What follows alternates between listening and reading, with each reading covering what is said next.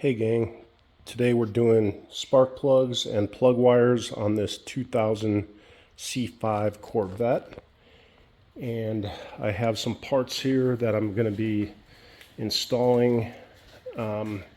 Picked up this set of JDM Speed plug wires, and I got these off of Amazon. I don't know, I think it was, I don't even want to guess. I think maybe 30 bucks or something like that for the set. And then I went with the OEM recommended AC Delco 41-162 plugs. And we're going to see how that goes. I am going to check the gap on these. They are an iridium spark plug, and again, I think it's the original equipment. Only thing I'm worried about here a little bit is these plug wires, and you know, they're nice and thick, but I've seen some reviews where you know, maybe they don't click into the coil good enough, or you know, get a positive locking on the spark plug or a click feeling. So anyway, we'll try these out and see how it goes. So first things first, I am going to remove the top cover here, and this is pretty simple. You just pull up on these. Okay, and on this side you are going to have to remove the oil fill plug.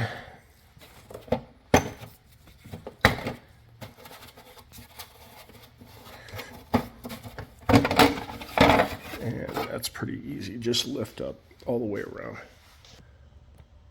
Okay, just an observation on the first two here. If you wiggle them and pull, it should click right off of there. And I did actually feel a click when I pulled it off. Now down at the bottom, it's going to be a different story, and I probably am going to have to maybe get a tool in here. I don't know.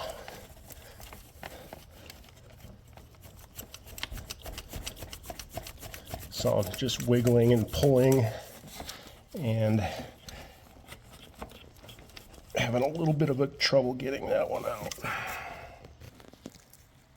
Okay, after some really hard wiggling and pulling, that did come out of there. So probably a little crusty, but anyway, we'll see how the rest of these go. Okay, I've got all four plug wires off of the passenger side.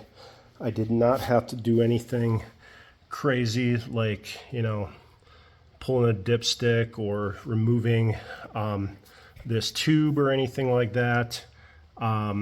This is the passenger side. It may be a bit more accessible. So what I am going to do is just kind of air blow this down and try to get a little bit of this dirt off of the engine and get that cleaned up. And then obviously I've got to get down in there, and I don't think you can see it, but get those spark plugs out of there. So anyway, that's going to be the next challenge, and not too many obstacles here on the passenger side. Things may be a little bit different on the driver's side because it's a bit tighter over there. So we'll see what has to be done. Okay, just some quick comments here. I'm working on the driver's side and got the first two off. You can access the front cylinder and the second cylinder, you know, without removing anything. It does look like it's going to be a little more challenging here for the rear two cylinders, but I may be able to get them with a long pliers or something like that. But what I want to point out is the trick on these is you just have to really wiggle these things pretty violently to get them off. And then the main thing is you're going to want to wiggle the rubber, because I don't think the the metal is necessarily holding it in there, but the rubber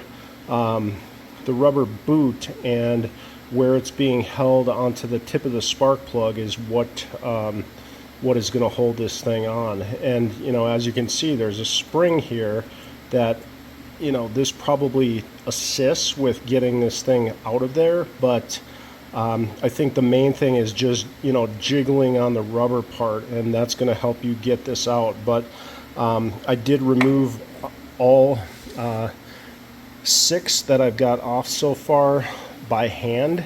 I didn't have to use a tool to get them off of the coil or off of the spark plug. So I'm going to go after these other 2, and I will let you know what is needed to get those off.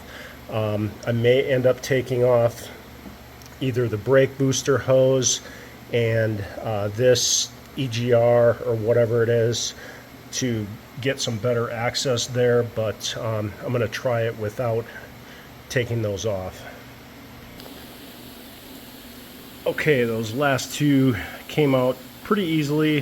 What I did was I started wiggling on the plug end, as I said here, the rubber part mainly, just jiggling up and down.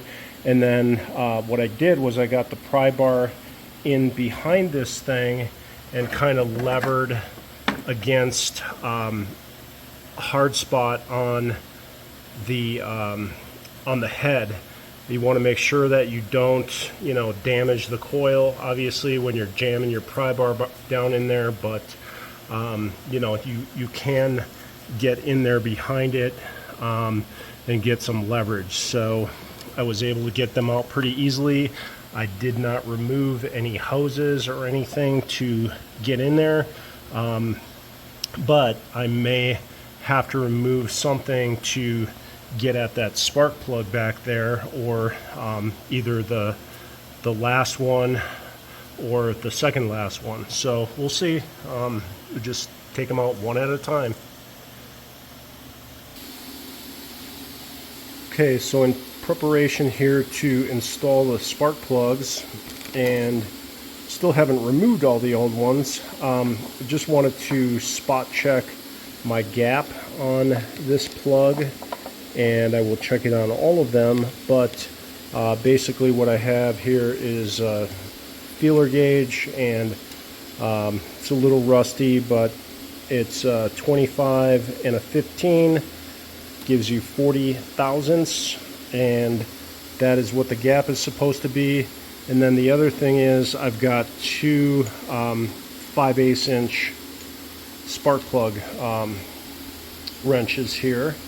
So hopefully between these 2 we can get all of these plugs out.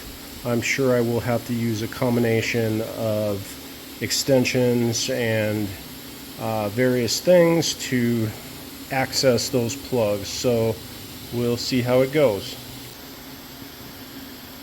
Okay, I've got my selection of extensions and swivels, and I'm going to use a 3/8 for this, and I showed the 5/8 spark plug sockets, and I have my trusty Harbor Freight torque wrench here set at 11 foot-pounds of torque, which is supposed to be the specification.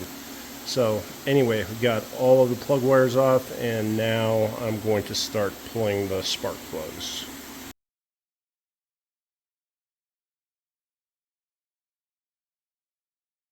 Okay, this might be a little tough to see here, but I did use the longer spark plug socket here, and I mean, it's pretty easy to access on the passenger side. And I'm just going to go one by one and kind of build my confidence as I go.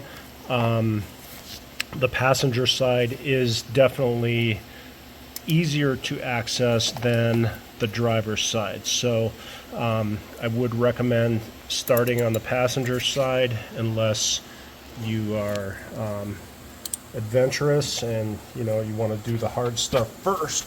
But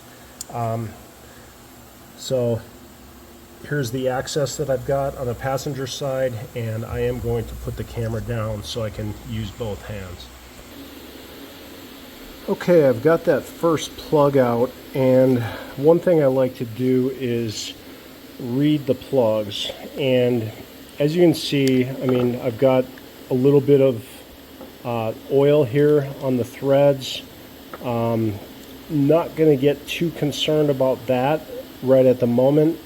But one thing I do see is the gap on this old plug just seems huge. It's probably like double of what the new one or the recommended gap is. And then the other thing I see here is it's an AC 41952. So I don't know if that was factory OEM equipment here, but it is a different plug.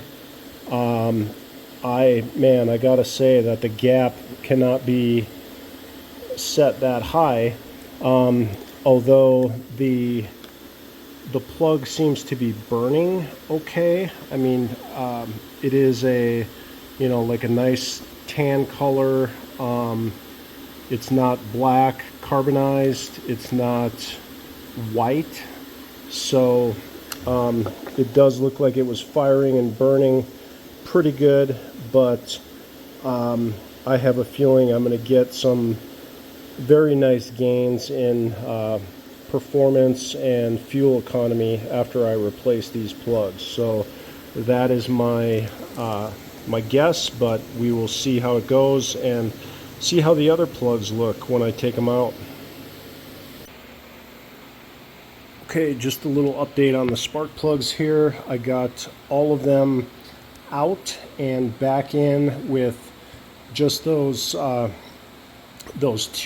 5/8 spark plug wrenches that I showed you. The one on the back, I did use the shorter one with the with the knuckle extension. That kind of helped me get in there a little bit better, but pretty easy, I mean, getting the passenger side out. And just to note that all of the plugs on this side are pointed towards the back. They don't go straight into the engine. They're on an angle, pointing towards the back of the vehicle. Okay, I guess I should point out on the driver's side, the spark plug is going in at an angle like this towards the front of the vehicle. So all of them should be going towards the front. Okay, so this is the last thing I'm going to say about taking these plugs out. Actually, I think it's like a 4 or a 5-inch 3/8 inch socket is going to be it's going to come in handy unless you have some other extensions or shorter extensions. But I just want to say, I mean, these are accessible, although on the driver's side, there are a couple of things in the way here. Your brake booster hose and also this EGR valve or whatever it is. But you can certainly access this, and in fact I can get my hand in here and I'm still removing this plug right here. This is the second one from the back, and as you can see, I can get that all the way out of there, and there it is. So I don't know why maybe somebody might be freaking out about this, but just get yourself a variety of sockets and extensions, and be persistent, and you'll get this done. Okay, on the last one on the driver's side, on the back. I did take the clamp off of this EGR hose so I can just push it down out of the way and get my extension or my socket on there. This thing does move around pretty good, so it should allow you to get your extension in there. Okay, just a little update on these AC Delco 41-952s. Apparently these were the OEM, and the gap was supposed to be 60 thousandths, which I did check one, and that is what the gap was. So was a little shocking when I took them out.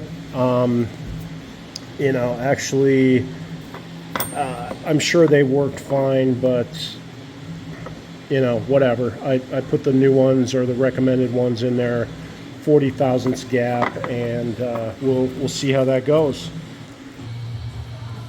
Okay, I've got all these plug wires on here on the driver's side, and it was a little bit of a pain to get that back one in there on the bottom on the spark plug. I did put my EGR hose back on and get that clamped down there. Other than that, these specific plug wires, yeah, you know, I mean, they don't seem to be positive locking, you know, like they click on, but you can tell when they're on there. So it just takes a little bit of finagling and wiggling, and I am going to fire this thing back up before I put the valve cover plastics back on there, just to make sure everything is firing and I don't get any cylinder misfires. But I'll fire it up for you so you can hear the result, and that'll be about it. Okay, so we're gonna fire this thing up with the new spark plugs and wires.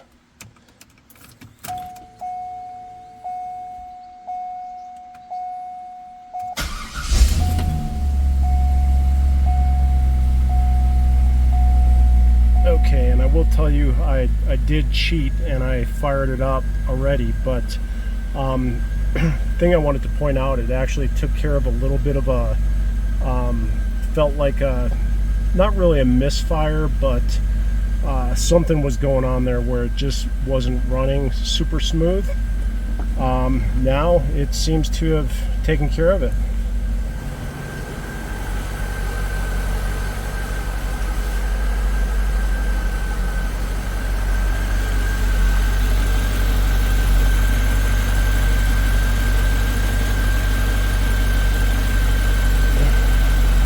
Super smooth, super quiet. This Corvette is not modified at all, so take it for what it is.